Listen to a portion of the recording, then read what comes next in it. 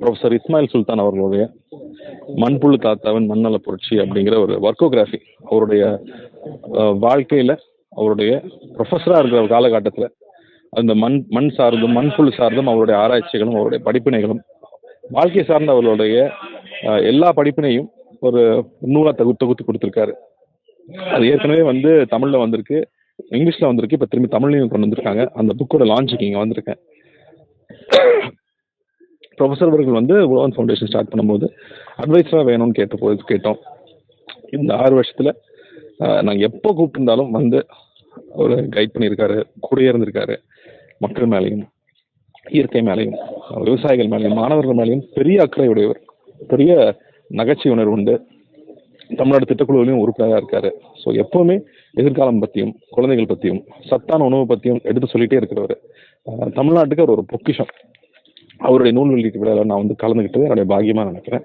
அந்த நூலை அவசியம் எல்லாரும் வாங்கி படிங்க. ஒரு 150 பேஜ் தான். ஸோ பயப்பட தேவையில்லை, சின்ன புக்கு தான். ஆனால் அதில் அவ்வளோ விஷயங்கள் இருக்குது கற்றுக்கிறதுக்கு.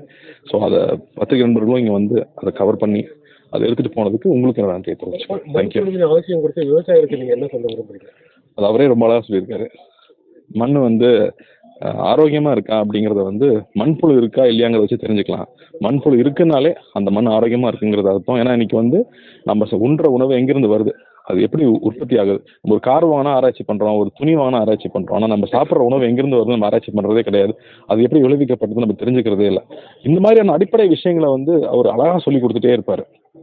ஸோ அதுதான் அவருடைய சிறப்புன்னு நான் நினைக்கிறேன்.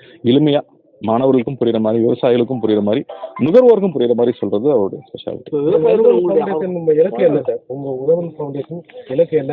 அது விவசாயிகளுக்கு வந்து இங்க தேவைகள் ரொம்ப ரொம்ப பெருசு.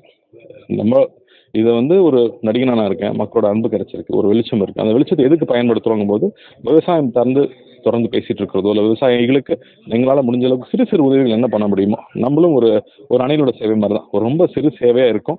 ஆனால் வந்து திரும்பவும் வந்து விவசாயத்தை நம்மளால் நினைவூட்டிகிட்டே இருக்க முடியுது. ஒரு வருஷத்தில் ஒரு தடவை ஒரு விழா நடத்துகிறோம். அந்த விழாவில் மறுபடியும் விவசாயம் சார்ந்து வேலை செய்கிறவங்களை கூட்டிட்டு அங்கீகாரம் கொடுக்குறோம், அவங்கள வந்து கொண்டாடுறோம். அப்படிங்கிறது மறுபடியும் விவசாயத்தை நினைவூட்டிகிட்டே இருக்கிறது ஒரு முக்கியமான விஷயமா படுது. அதை பண்ணிகிட்டே இருக்கோம்.